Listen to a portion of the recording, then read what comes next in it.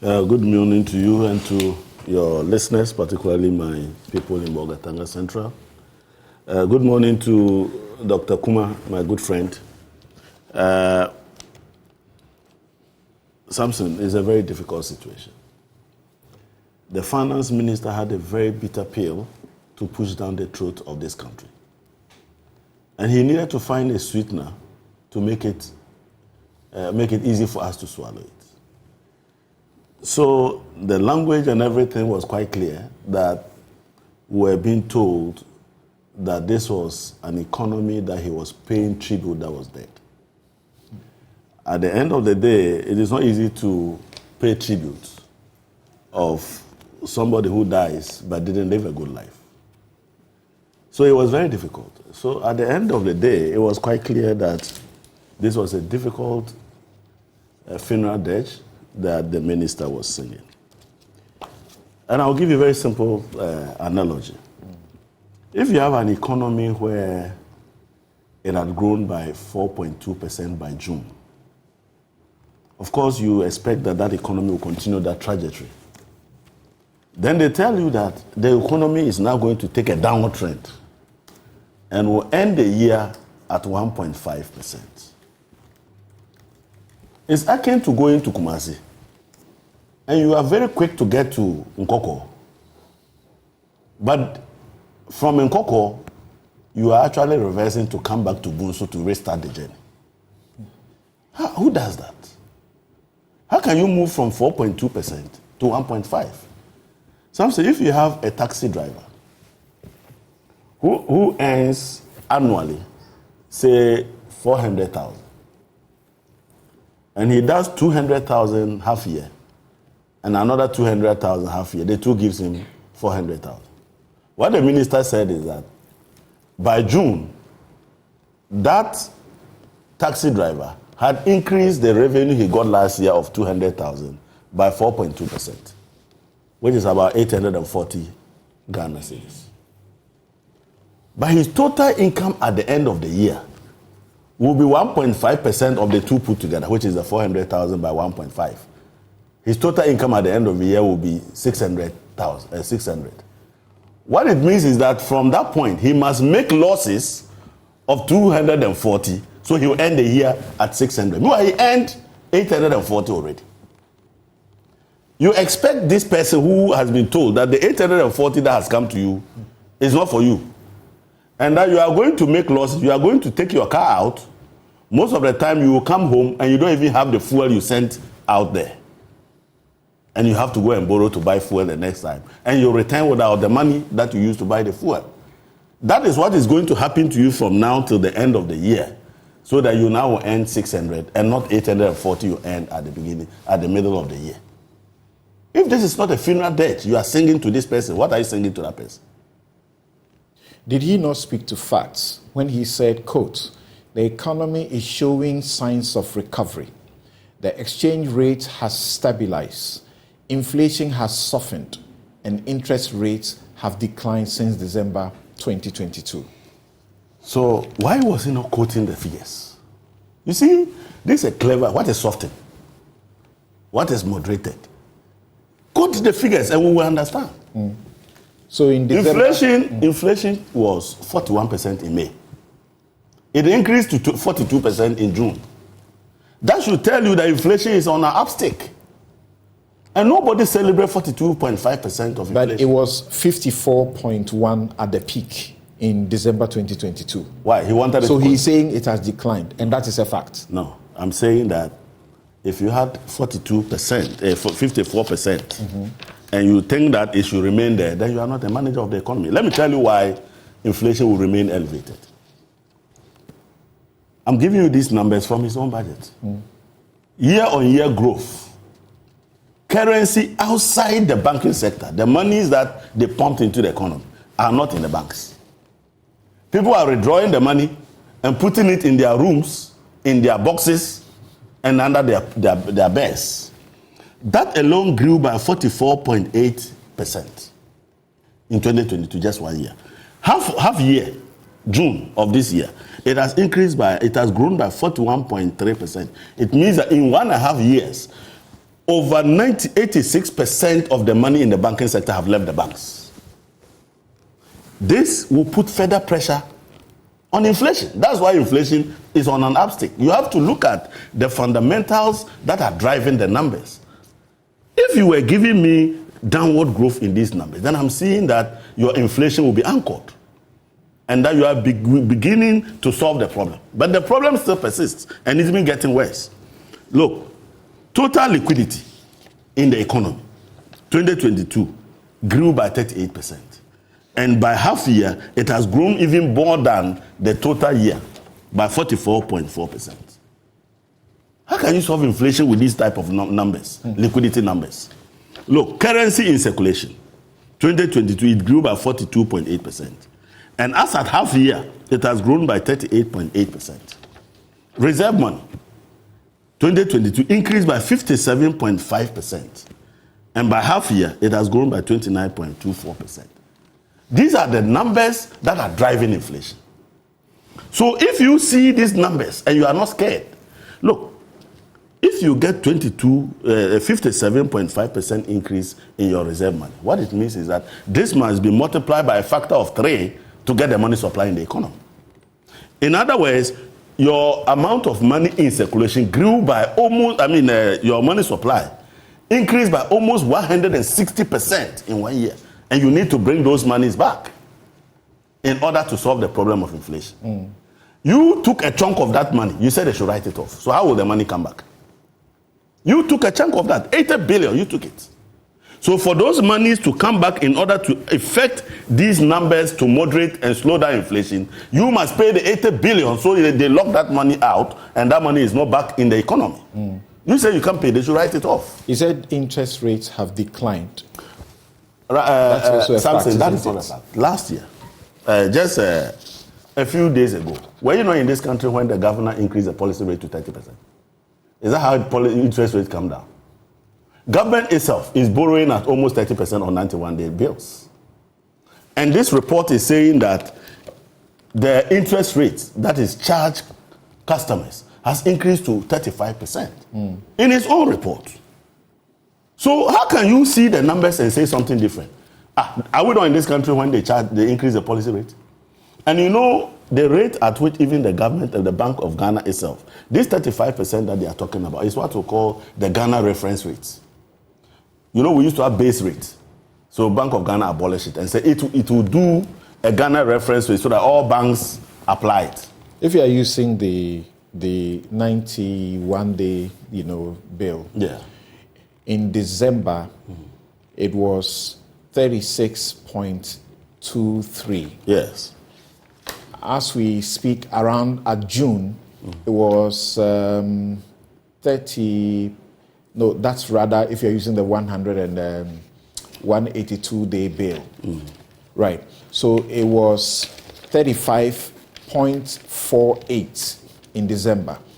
And in June, it was 21.77. That sustains, as a matter of fact, what he said. No. You see, even the Bank of Ghana lends at 30%. Okay? The Bank of Ghana itself lends at 30%. So, how can you be playing gymnastics? And that is the key indicative interest rates for the economy to respond to. So if the Bank of Ghana is charging 30% only a few days ago, all your other numbers are irrelevant. The man who is driving the interest rate, the Bank of Ghana has responsibility for price development, interest rate, inflation, and depreciation of the currency. That man has come to say he will charge 30%. All other numbers don't make sense.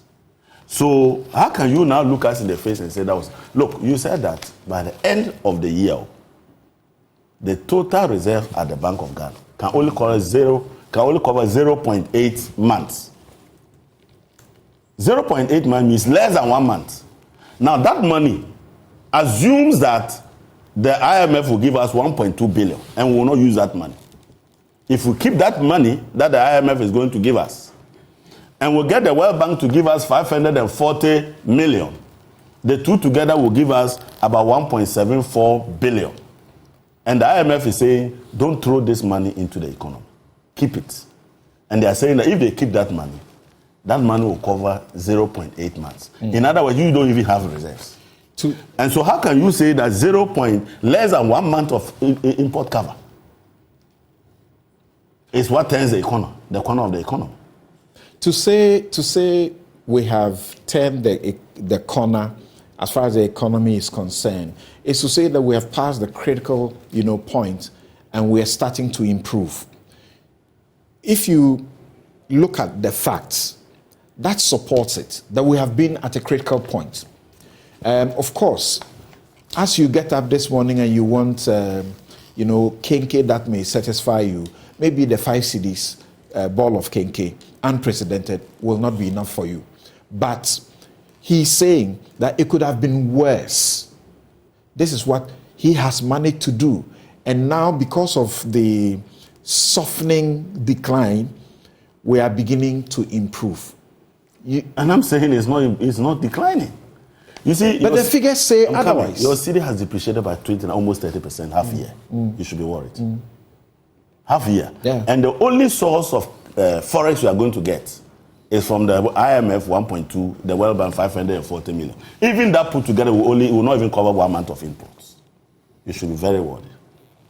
But you see, if you come to Parliament and you revise all the targets that will help us to get out of the woods in a negative direction, your targets that would have helped us to improve the economy, you have come to say that all of them are completely out of gear. So how are you going to turn the corner if you at the beginning of the year assess the level at which you will turn the corner? And now you have come back to tell us that I can't meet any of them. All right. Put the public debt at this point in time on that whole year's GDP you have even earned. Obviously, the GDP will be bigger. Your debt will be smaller because you haven't incurred the other debt that you will incur to complete and deliver that GDP. So you will see a smaller debt to GDP. If you pick that and say, oh, June, I got 71, and last year I was around 100%. Who are you deceiving? You are basically putting a smaller debt, which does not reflect the true debt that you incur at the end of the year, over a projected bigger GDP. Certainly, the numbers will artificially show an improvement. You don't carry that one to Parliament to go and say that you have turned a corner that is still in BoG and you are sitting here. You can't even see the tail light of that corner. If you attempt to turn it now, that will be a fatal accident. For someone like you who has been raising issues about the Bank of Ghana and the issues of our finances with them, what do you say about the current situation? And in my introduction, I said I didn't understand something. I wish that you guys can help me understand. That you say about, is it 90% of what is called the loss by the Bank of Ghana is attributable to the DDEP.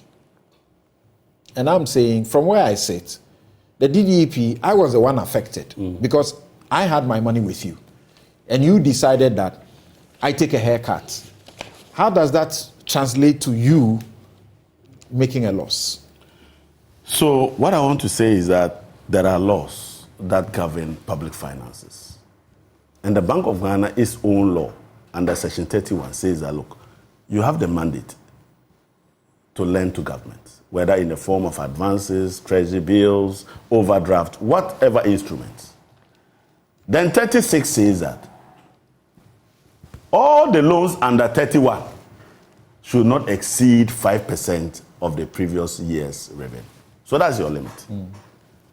Like my colleague said, your total revenue for last year was 96 billion. How can you now be giving 80 billion to government? And he says at any point, this is at the end of the year, at any point should not be more than 5%. Now this is the Public Financial Management Act. And I want us to take our time and look at some provisions in it. The Public Financial Management Act is an act that was put together to govern the management of public finances and to be a guide to the audit of public finances. And it is supposed to be applied by all covered entities. And this is how the law defines covered entities. So so that people understand why I'm saying Bank of Ghana is perpetuating illegality. Under the interpretations, 102, a covered entity has been defined. A covered entity has been defined to mean the executive, the legislature, and the judiciary. B, constitutional bodies, and Bank of Ghana is a constitutional body.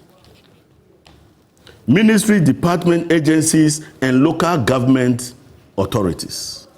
The public service.